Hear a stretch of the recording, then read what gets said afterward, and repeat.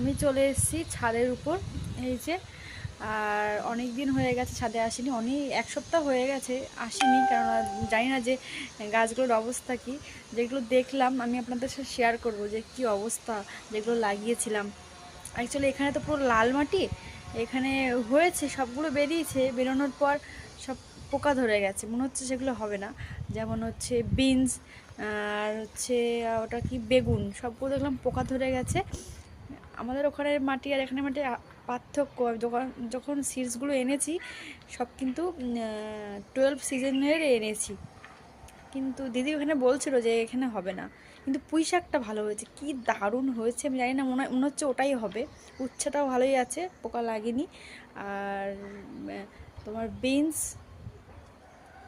বেরিয়ে পোকা লেগে গেছে, তো দেখায় সেগুলোর অবস্থা কি। সেটা ঠিক আছে। আর হচ্ছে এই যে এটাই একমাত্র দারুণভাবে হয়েছে, দারুণভাবে।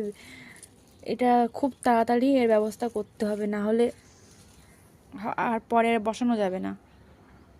আর এই যে দেখুন, এই যে বেগুন, হবে না, পোকা লেগে গেছে, এই সবগুলোই নষ্ট হয়ে যাবে।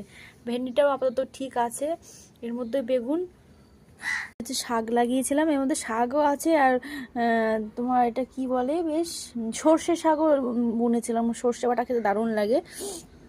তো সব শাকের থেকে সর্ষে গাছ বেশি বেরিয়েছে।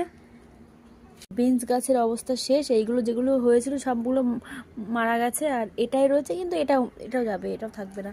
সেম এরকম সব নষ্ট হয়ে গেছে চারাগুলো। টমেটো পেকে গেছে, এই যে।